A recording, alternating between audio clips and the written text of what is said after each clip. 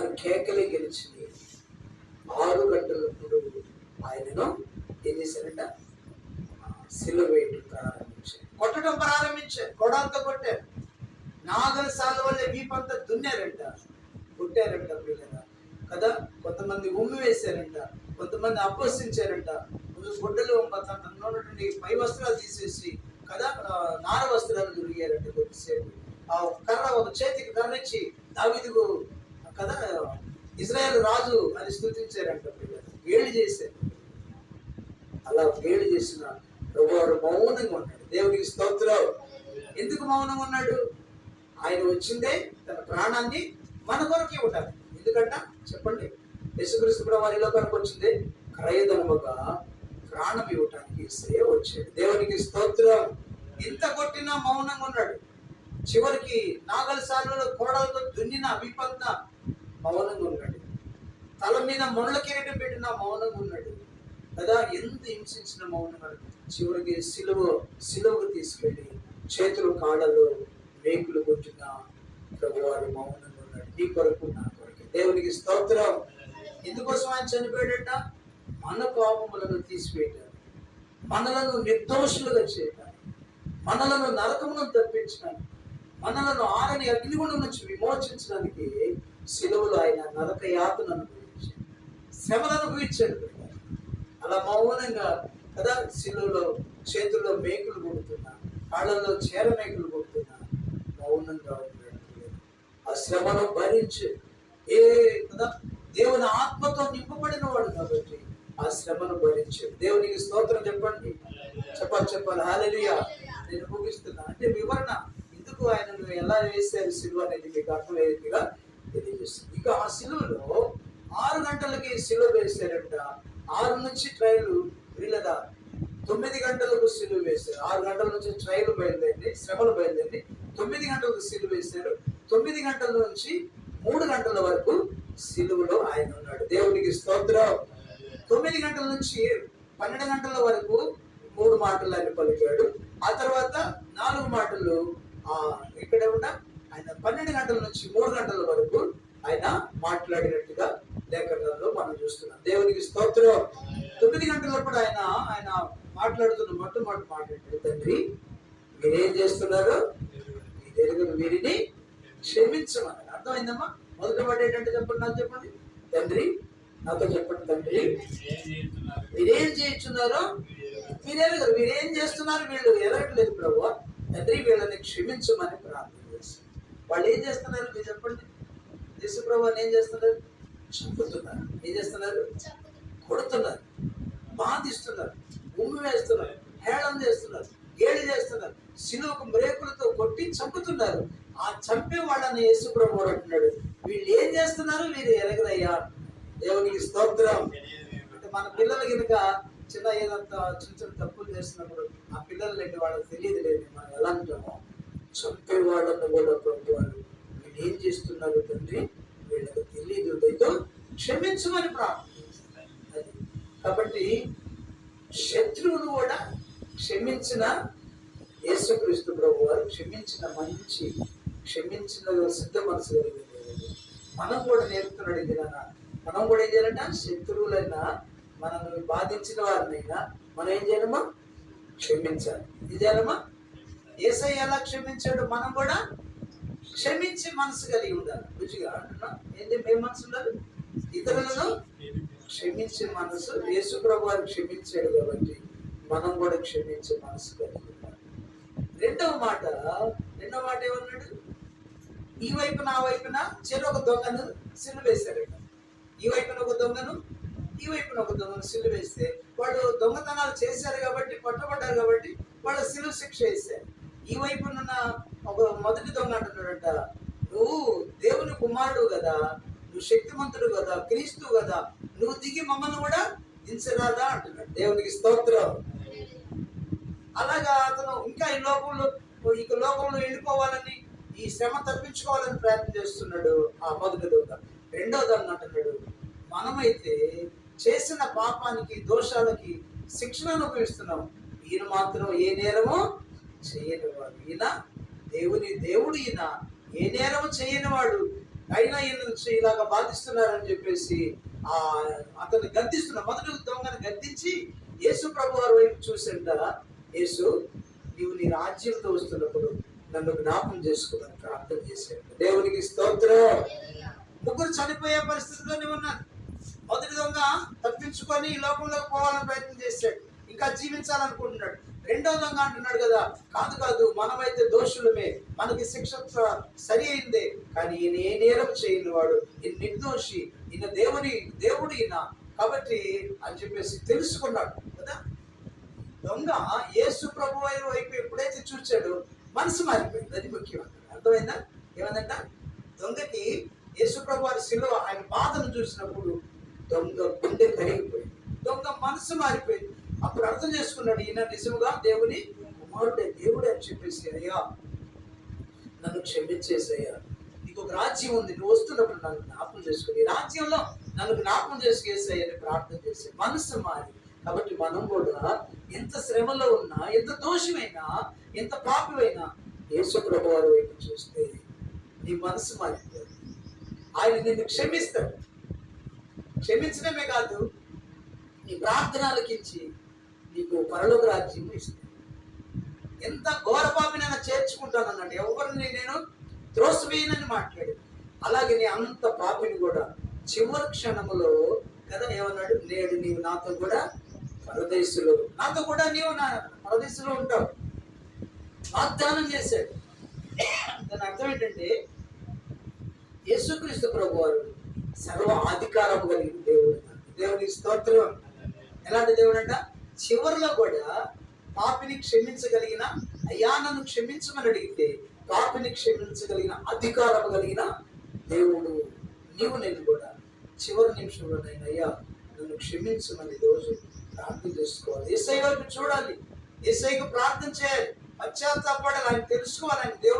ఆయన దేవుడు అని, శక్తిమంతుడని, బలవంతుడని, అధికారం కలిగిన వాడని తెలుసుకొని నువ్వు వెనుక ఆయన పాదాలు పట్టుకుంటే ఆయన తప్పకుండా అన్ని విషయాల్లో కరుణిస్తాడు, పరలోక భాగ్యాన్ని మనకి ఇస్తాడు. మూడో మాట ఏంటమ్మా? మూడో మాట, అమ్మా ఇదిగో నీ కుమారుడు, ఇదిగో నీ తల్లిని చూసి ఇదిగో నీ కుమారుడు అంటుంది. శిలువ దగ్గర అందరూ పారిపోయారు, శిష్యులందరూ పారిపోయారు. ఎవరు కొంతమంది స్త్రీలు మాత్రమే ఉన్నారు, మగ్దలేని మరియా, యేసుక్రీస్తు ప్రభువు తల్లి మరియా, కొందరు మాత్రమే ఉన్నారు. పురుషులు ఎవరు లేరు. ఒక యోహాను మాత్రమే శిష్యులలో ఒకడు, చిన్నవాడైన యోహాను ఒక్కడే ఉన్నాడు. పిల్లలు అర్థమైందే.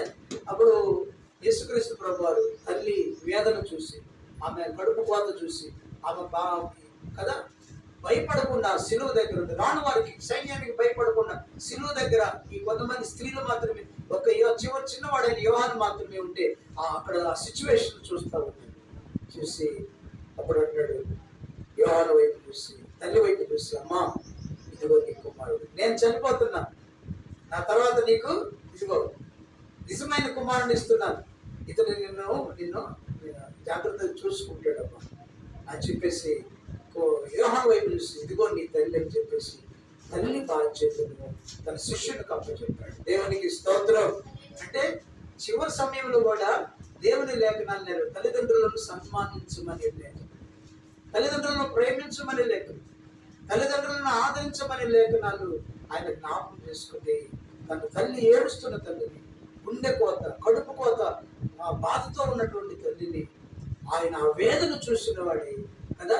ఆ తల్లి బాధ్యతను నిజమైన తను భయపడకుండా, రాను వారికి సైన్యానికి భయపడకుండా ప్రభువారి దగ్గర ఉన్న ఆ చివరి క్షణం వరకు ప్రభువారి ఉన్నటువంటి యోహానుకు, చిన్నవాడని యోహానుకు ఆ బాధ్యత ఉంటుంది. కాబట్టి మనం కూడా మన తల్లిదండ్రుల బాధ్యతలు జాగ్రత్తగా చూసేటట్టుగా, తల్లిదండ్రులను ప్రేమించేవారు, తల్లిదండ్రులను సన్మానించేవారు, తల్లిదండ్రులను ఆదరించేవారు చివరి సమయంలో కూడా ఉండాలని దేవుడు కోరుకుంటున్నాడు. దేవునికి స్తోత్రం. అంటే తల్లి బాధ్యతను చివరి వరకు నెరవేర్చిన వాడు ప్రభు యేసు. నాలుగో మాట ఏంటమ్మా, నేను దప్పికొనుచున్నాను. సిలువలో ఆయనను కొట్టి ఒళ్ళంతా చీల్చారు కదా, ఒళ్ళంతా కూడా రక్తమయమైంది, రక్తం పోతుంది, నీరు పోతా ఉంది. ఇక ఆయన సిలువలో దాదాపుగా 9 గంటల నుంచి 3 గంటల వరకు సిలువలో వేలాడుతూ ఉన్నాడు కదా. నీరంతా కూడా వీళ్ళు మనం పని చేస్తే మన దాహం ఎలా ఉందో, ఆయన ఇంకా శ్రమను అనుభవిస్తుంటే ఇంకా దాహం శరీర సంబంధమైన దాహం అవుతుంది. శరీర సంబంధమైన దాహం అవుతుంటే యేసుక్రీస్తు ప్రభువారు నేను దప్పిక కొనుచున్నాను అనే మాట పెద్దగా కేక వేసి చెప్తుంటే ఆ కింద ఉన్నటువంటి రాణువాళ్ళు సైనికులు ఆయన ఎగతాళి చేయడానికంట ఏం చేశారు, చిరకనిచ్చారు. ఏం చేశారంటమ్మా, మంచినీళ్ళు ఇవ్వాల్సింది పోయి దేవునికి, జీవజల ఊటైన దేవునికి, మనల్ని బ్రతికిస్తున్న దేవునికి, మనకి ఆయన ఏం చేశారంటే శిల్పుడు ఆయన ఒక కదా ఒక ఖైదీగా, ఒక దోషిగా, ఒక దొంగగా, లేకపోతే ఇంకొక శిక్షణ అనుభవిస్తున్నటువంటి వాడిగా, ఏదో దోషం చేసిన వాడిగా వాడికి ఏం చేశాడంట, చిరక ఇచ్చాడు. చిరక అంటే చేదు. ఏమి ఇచ్చారమ్మా, చేదు ఆ నోటికి అందించారంట. ఆయన దాన్ని తీసుకోలేదంట. దేవుడికి స్తోత్రం. చెప్పండి హల్లెలూయా. కాబట్టి అప్పుడు దాహం అంటే ఆయన ఆత్మ సంబంధమైన దాహము ఉంది. ఆత్మల రక్షణ కోసమే తన ప్రాణాన్ని ఇచ్చాడు. మానవులందరూ నరకం తప్పించుకోవాలని తన ఆత్మల దాహం కలిగి తన ప్రాణాన్ని దారపోసాడు. రక్తం ఇచ్చి మనల్ని కొన్నాడు, ప్రాణం ఇచ్చి మనల్ని కన్నాడు. ఆత్మల దాహం కోసం తన ప్రాణాన్ని, దేహాన్ని కదా ఫణంగా సజీవయాగంగా ఆయన అర్పించుకున్నాడు. అదే సమయంలో నిజంగా దాహం అవుతుంటే, పిల్లలను దాహం అడిగితే దాహానికి బదులుగా చేతులు ఇచ్చారు. ఈరోజు మనం కూడా మేలుకు ప్రతిగా కీడు చేస్తాం కదా. అడిగిన వాళ్ళకి మనం సహాయం చేసే బిడ్డలు, మేలైంది చేసే బిడ్డలుగా ఉండాలి, కానీ కీడు చేసేవాళ్ళుగా ఉండకూడదని దేవుని వాక్యం. దేవునికి స్తోత్రం. చెప్పండి హల్లెలూయా. మనం కూడా యేసుక్రీస్తు ప్రభువులాగా ఆత్మల భారం కలిగి, ఆత్మల రక్షణ ఏం కలిగి ఉండాలని వచ్చిన 5వ మాట మనకు తెలుస్తున్నాం. నెక్స్ట్ మాట చూద్దామా. నెక్స్ట్ ఏంటంటే 6వ మాట సమాప్తమైంది. 6వ మాట ఏంటమ్మా, 3 గంటల దాకా ఉండాలి, మనం ఉండలేదు కానీ క్లోజ్ చేయాలి. ఏంటంటే సమాప్తమైంది. 3 గంటలప్పుడు అంట ఆయన సమాప్తమైనది మాట. ఎప్పుడైతే వీళ్ళు చిరకనిచ్చారు చేదును, అది పుచ్చుకోకుండా ఎవరికి అట్లా చూసి అట్లా వదిలిపెట్టేసి అప్పుడు అన్నాడు, ఇక టైం అయిపోయిందని నాకు అర్థం అవుతుంది, ఇక నేను చనిపోయాడు గడియ వచ్చిందని అర్థం అవుతుంది. అప్పుడు అన్నాడు సమాప్తమైనది అన్నాడు. సమాప్తం అంటే దేవుడు యేసుక్రీస్తు ప్రభువారిని ఈ లోకానికి పంపించిన పని సమాప్తమైంది. సిలువలో సాతానును చితుకు పొడిచిన పని, మరణాన్ని మరణం చేత బంధించినటువంటి పని. యేసుక్రీస్తు ప్రభువారు చనిపోగానే మరణం ఇక ఓడిపోయిందని అర్థం. దేవునికి స్తోత్రం. కాబట్టి దేవుని పని, మానవుల రక్షించేటువంటి పని యేసుక్రీస్తు ప్రభువారు. దేవుడు యేసయ్యకి ఇచ్చాడు, నువ్వు ఈ లోకానికి వెళ్ళి నా పిల్లలందరినీ రక్షించాలి. వాళ్ళు నశించిపోయి ఉన్నారు, నరకానికి వెళుతున్నారు, కదా భయంకరమైన వ్యాధుల చేత బాధపడుతూ చచ్చిపోతున్నారు, సాతాను చేత బాధించబడుతున్నారు. కాబట్టి వాళ్ళందరినీ నువ్వు విడిపించాలి, నరకం తప్పించాలి. అది యేసుక్రీస్తు ప్రభువారికి తండ్రి అయిన దేవుడు ఇచ్చిన పని. ఆ పని చేయాలంటే నువ్వు సిలువలో ప్రాణం కూడా ఇవ్వాల్సి వస్తుందంటే, అలాగే నాన్నగారు చెప్పేసి లోకానికి వచ్చి సిలువలో తన ప్రాణం ఇచ్చి దేవుడు చెప్పిన పనిని ముగించాడు. దేవునికి స్తోత్రం. ముగించి వాళ్ళందరికీ రక్షణ ఇచ్చాడు. అది ఆయన పని సమాప్తమైందని చెప్పేసి ఆ తర్వాత 7వ మాట ఏం చేస్తున్నాడంటే, తండ్రి నీ చేతికి నా ఆత్మను అప్పగిస్తున్నాడు. తండ్రి చేతికి లోపల ఉన్న మన ఆత్మను దేవుడు యేసుక్రీస్తు ప్రభువారు అప్పగిస్తున్నాడు. అంటే ఈ లోకంలో ఉన్నప్పుడు మన ఆత్మను సిద్ధపరచుకోవాలి. లోపల ఉన్న ఆత్మను సిద్ధపరచు. ఆత్మకు లోపల జ్ఞానం, ఆత్మకు బలం, ఆత్మకు జ్ఞానం, ఆత్మకు ఆహారం, ఆత్మకు కావలసిన ఆత్మను, లోపల ఉన్న ఆత్మ బాగుంటే మన క్రియలు కూడా మనం కూడా బాగుంటుంది, ఆరోగ్యంగా ఉంటాం. ఆత్మ బలహీనంగా ఉన్న ఆత్మను సాతాను పట్టేసుకొని ఆర్పేసారు అనుకోండి, ఇక శరీరం నిండా వ్యాధులు, బాధలు, దుఃఖము, కడగళ్ళు, కన్నీళ్లు ఇవన్నీ ఉంటాయి. అది ఆత్మ వెలుగుతూ ఉందనుకో, ఇక ఆయన నిన్నేమి చేయదు. కాబట్టి ఆత్మను సిద్ధపరచుకోవాలి. ఆత్మ అంటే అర్థమైందా మీకు? ఆత్మ అంటే అర్థం కాలేదు. ఆత్మ అంటే ఏంటి? కళ్ళలో నీలాగానే కనిపిస్తుంటుంది. ఎప్పుడైనా మీకు గుర్తుందా? కళ్ళలో ఎప్పుడు వచ్చినప్పుడు కలలో నీవే వెళ్ళి ఏదో నీళ్లు తాగుతున్నట్టుగా, నీవే వెళ్ళి ఏదో దేవుని ప్రార్థనకి వెళ్ళినట్టుగా, నీవే వెళ్ళి నీలాగా ఉండి ఆత్మ ప్రార్థనకి వెళ్ళినట్లుగా, లేకపోతే ఏదో పని చేస్తున్నట్లుగా అనిపిస్తుంది ఎప్పుడన్నా? స్తోత్రం. ఎప్పుడన్నా కనపడుతుందా? కలలో నువ్వు వెళ్ళి అమ్మ వాళ్ళ ఇంటికి వెళ్ళావనుకో, లేదా నా కొంచెం చర్చికి వెళ్ళావనుకో, అది నీలాగానే ఉంటుంది. నువ్వేమో ఇక్కడ నిద్రపోతుంటావు, మన ఆత్మేమో మార్తమ్మ చెప్పేది అప్పుడు, అయ్యో మీరు మాచర్లో ఉంటే నేను చూడాలనిపించింది అయ్యా, ఒకసారి ప్రార్థన చేస్తే నా ఆత్మ మీ ఇంటికి వచ్చింది. దేవునికి స్తోత్రం. కళలో అంటే ఆ ఆత్మ మన మాచర్లో వచ్చి మమ్మల్ని అందరినీ చూసి మళ్ళీ వచ్చేస్తాడు మన బాడీలో. అలాగనమాట ఆత్మ అంటే మన లోపల ఉన్నటువంటి, నువ్వు రక్షణ పొంది సిద్ధపడి ఉంటే నీ ఆత్మ కూడా వస్త్రాలు ఇస్తుంది. నీ ఆత్మ సిద్ధపడినట్లు. నువ్వు నిజమైన యేసుక్రీస్తు ప్రభువుని నమ్ముకుంటే నీ ఆత్మ వెలుగులో చీకటిలో ఉంటుంది. యేసుక్రీస్తు ప్రభువుని నమ్ముకుంటే నీ ఆత్మ మంచి వస్త్రాలు ధరించుకున్నట్టు, భౌతిక సంబంధమైన వస్త్రాలు ఎలా ధరించుకున్నావు, ఆత్మ కూడా మంచి వస్త్రాలు ధరించుకున్నట్లుగా ఉంటుంది. అలా సిద్ధపడలేదనుకో, చినిగిపోయిన వస్త్రాలు చీకటిలో ఉన్నట్టుగా, ఏదేదో చీకటి పనులు చేస్తున్నట్టుగా కనపడుతుంది. అది నీ లోపల ఉన్న ఆత్మ అన్నమాట. ఆ ఆత్మను మనం ఏం చేయాలంటే సిద్ధపరచుకోవాలి. ఏం చేయాలంటమ్మా? సిద్ధపరచుకోవాలంటే నమ్మి యేసుక్రీస్తు ప్రభువుని నీ దేవుడిని నమ్మాలి, నమ్మి బాప్తిసం పొందాలి. అప్పుడు దేవుడు నీ ఆత్మని వెలిగిస్తాడు, దేవుని వస్త్రాలు ఇస్తాడు, వెలిగిస్తాడు, వెలుగులో ఉంచుతాడు. ఎప్పుడు ప్రార్థన ఆశ కలిగిస్తాడు. కాబట్టి ఆత్మను సిద్ధపరచుకోవాలి. ఏం చేయాలంట?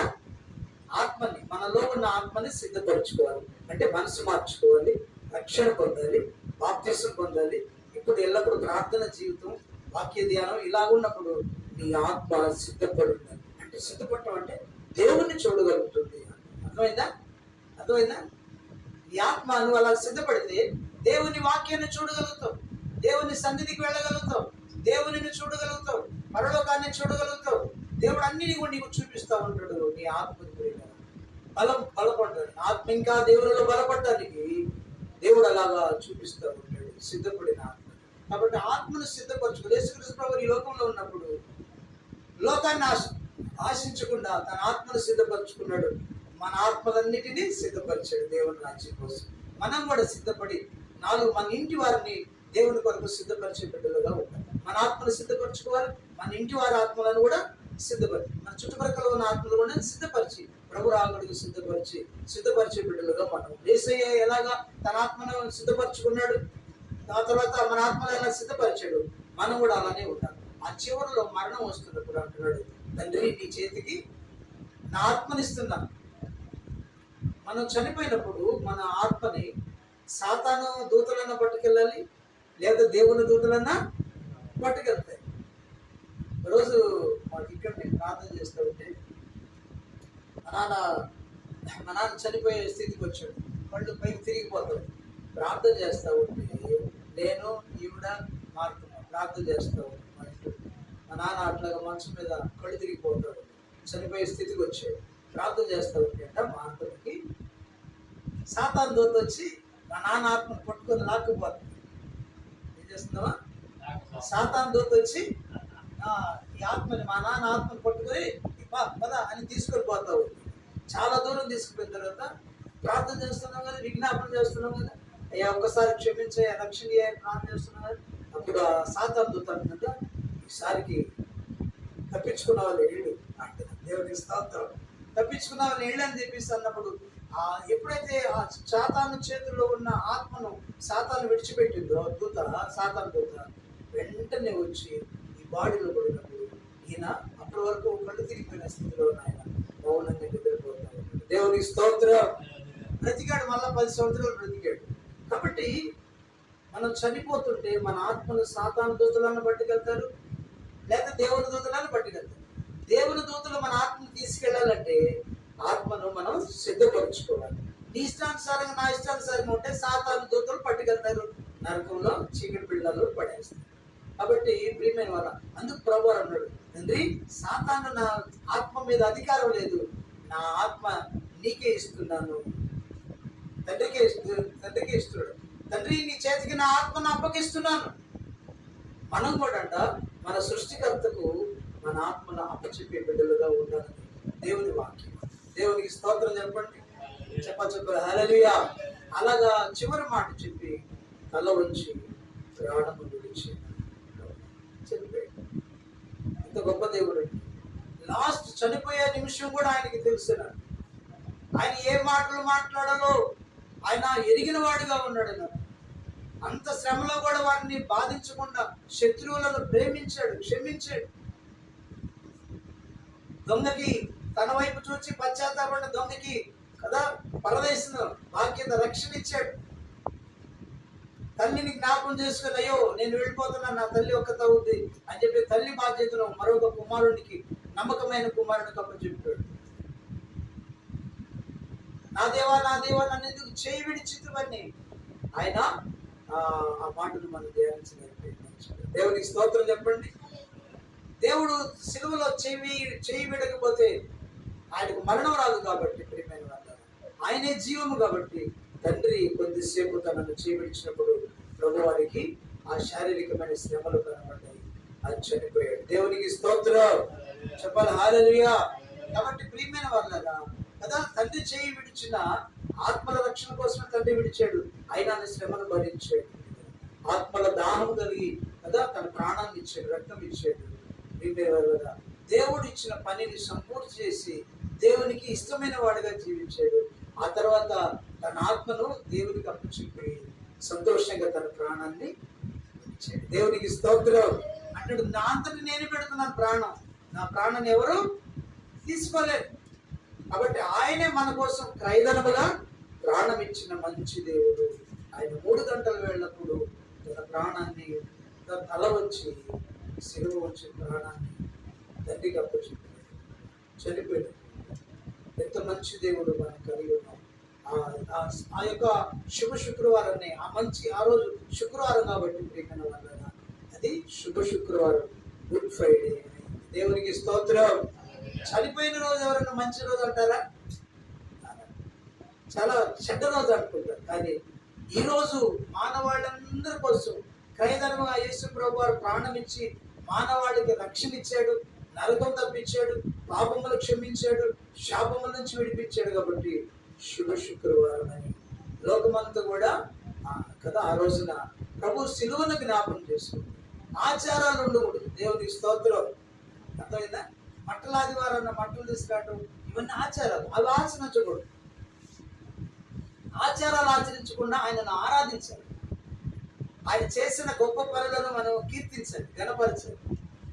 ఆయన మన కోసం చేసిన త్యాగాన్ని నెపతి తెచ్చుకొని మనం ఆయనకు లోబడి భయపడి ఆయనలాగా జీవించే మనసు. ఇప్పుడు అన్నాడు, ఒకే మాట అంటున్నాడు. ఏమన్నా పేతురు ఒక మాట చదివి ముగిస్తాడు. ఒక మాట చదవండి. పేతురు రాసిన పత్రిక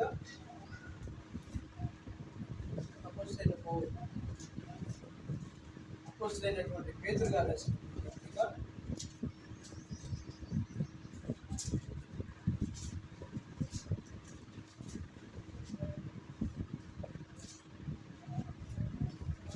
2వ పత్రిక, మొదటి పత్రిక 4వ అధ్యాయం 1వ వచనం నేను చదువుతాను. క్రీస్తు శరీరమందు శ్రమపడెను గనుక వీరును అట్టి మనస్సును ఆయుధముగా ధరించుకునుడి. శరీర విషయంలో శ్రమపడువాడు శరీరమందు జీవించు మిగిలిన కాలము ఇక మీదట మనుజాశలను అనుసరించి నడుచుకునగా దేవుని ఇష్టానుసారముగానే నడుచుకున్నట్లు పాపంతో జోలికి ఏమీ లేక ఉండును. దేవుని స్తోత్రం చెప్పండి. ఏంటంట? క్రీస్తు శరీరమందు శ్రమపడిన గనుక మీరును అట్టి మనసును ఆయుధంగా ధరించుకోండి. ఆయన కొరకు మనం కూడా శ్రమలు అనుభవించే బిడ్డలుగానే ఉండాలని దేవుడు కోరుకుంటున్నాడు. అంటే ఉపవాసం ఉంటూ శ్రమే కదా. ఉపవాసం ఉండి ఆయన్ను విప్పించుకోవాలి. ఆత్మల కోసం మనం తగ్గించుకొని ఉపవాసం ఉండి ప్రార్థించాలి. అట్లా మన శ్రమ, క్రీస్తు ఎలా శ్రమ పడ్డాడో ప్రజల కోసం మనం కూడా అలా శ్రమ పడటానికి అంటే మంచి మనసు కలిగి ఉండాలి. అంటే దేవుడికి స్తోత్రం కలిగి చెప్పండి. చివరి మాట ఏంటంటే క్రీస్తు మన కోసం శ్రమ పడిన కనుక చెప్పండి. మీరు కూడా క్రీస్తు మన కోసము శ్రమ పడేది కనుక మీరు అట్టి మనసును ఆయుధముగా ధరించుకున్నది. అలాగే మనం కూడా అనేకుల కోసం శ్రమను అనుభవించే బిడ్డలుగా ఉండాలి. ప్రభు కోసం ఆత్మల భారం కలిగి కదా శ్రమను అనుభవించే బిడ్డలుగా ఉండాలని అట్టి మంచి మనసు కలిగి ఉండాలి. క్రీస్తు యేసునకు కలిగిన మంచి మనసు, తగ్గించుకునే మనసు, శ్రమను అనుభవించే మనసు, లేదా ప్రేమించే మనసు, మానవుల రక్షణ కోరుకునే మనసు కలిగి ఉండాలని ఈ రోజున ప్రభు కోరుకుంటున్నాడు. ఇసులో ధ్యానంలో అట్టి మనసు మనకు అనుగ్రహించును కాక. ఆ మాటలు మనను క్షమించేవారిగా, దొంగకి ఎలాగైతే రక్షణ యేసుక్రీస్తు ప్రభు వారు ఇచ్చిన ఆయన వైపు చూసినప్పుడు రక్షణ ఎలా ఇచ్చాడు, మనం కూడా అనేకులను ఆయన వైపు చూసే బిడ్డలుగా మనం నడిపించుదుము కాక. తల్లి బాధ్యతను ఎరిగినటువంటి దేవుడు బాధ్యతను ఎలాగా నెరవేర్చాడు, అలాగే మనం కూడా మన బాధ్యతలు, మన పిల్లల ఏడలు మన బాధ్యతలు, మన భార్య ఏడలు మన బాధ్యతలు, మన తల్లిదండ్రుల ఏడలు మన బాధ్యతలు మనం నెరవేర్చేవారిగా ఉంటుందువు కాక. ఆమె చెప్పండి ఆమె. అలానే 4వ మాట, తండ్రి దేవనా దేవుని చేయి విడిచింది అన్నట్లుగా దేవుడు కూడా ఒకసారి శ్రమలకు అప్పచెప్పినప్పుడు, కష్టాలకు అప్పచెప్పినప్పుడు మనం బాధపడకుండా ఆయన చిత్తానికి తల ఒగ్గేవారుగా ఉండాలని దేవుడు కోరుకుంటున్నాడు. 5వ మాట, దాహం వచ్చినాడు. మనం కూడా భౌతిక సంబంధమైన ఆత్మల దాహం కలిగి, శరీర సంబంధమైన దాహము ఎలాగా అవుతున్నట్టు ఆత్మల భారం కలిగి ఆ దేవుని పని, ఆత్మల రక్షణ ధ్యేయంగా పనిచేసే బిడ్డలుగా ఉండాలని దేవుడు కోరుకుంటున్నాడు. 6వది సమాప్తమాయ. దేవుడు నీకు ఇచ్చిన పనిని కూడా భూలోకంలో నమ్మకంగా చేయాలి. నీకేం పని ఇచ్చాడు? రక్షణ కదా, నీకు రక్షణ అనేటువంటి గొప్ప ధన్యతని ఇచ్చాడు. దాన్ని జాగ్రత్త కాకూడదు. వెనకన మనకు ఏసై దొరికాడు. ఏసైలో జాగ్రత్తగా మనం పట్టుకొని ముందుకు కొనసాగాలి. లోకం వైపు పాపం వైపు లేకుండా యేసుక్రీస్తు కోసం జీవించే బిడ్డలుగా ఉంటారని దేవుని పని చేసే బిడ్డలుగా, పాటలు పాడే వరం ఇచ్చాడు, ఆ పనిలో మనం నమ్మకంగా ఉండాలి. ప్రార్థించే వరం ఇచ్చాడు, ఆ పనిలో మనం నమ్మకంగా ఉండాలి. ప్రకటించే వరం ఇచ్చాడు, ఆ పనిలో మనం నమ్మకంగా ఉండాలి. దేవుని పనిని మనం కూడా యేసయ్య ఎలా సంపూర్తి చేశాడు, దేవుని ఆత్మల రక్షణ భారం అనే పనిని మనం కూడా మనకిచ్చిన పనిని జాగ్రత్తగా చేసే బిడ్డలుగా ఉండాలని దేవుడు. తర్వాత ఆత్మను సిద్ధపరచుకొని దేవుని సన్నిధికి మనం కూడా ఆ సమయం వచ్చినప్పుడు మన ఆత్మను కూడా దేవునికి ఇచ్చే బిడ్డలుగా, ఆత్మలను సిద్ధపరచుకునే వారిగా, ఆత్మలను సిద్ధపరిచే వారిగా ఉండాలని అలాంటి ధన్యత మనందరికి దేవుడు ఈ శిలో ధ్యానంలో అనుగ్రహించుగాక. చెప్పడు ఆమె. చెప్పడు ఆమె. దేవుడి మాటలు మన వినికిడిలో దీవించి ఆశీర్వదించుగాక. ఆమె. ప్రార్థన చేద్దాం. ప్రార్థన చేయించిన ప్రార్థన ప్రార్థన వాకింగ్ బస్ ప్రార్థన అమ్మాయికి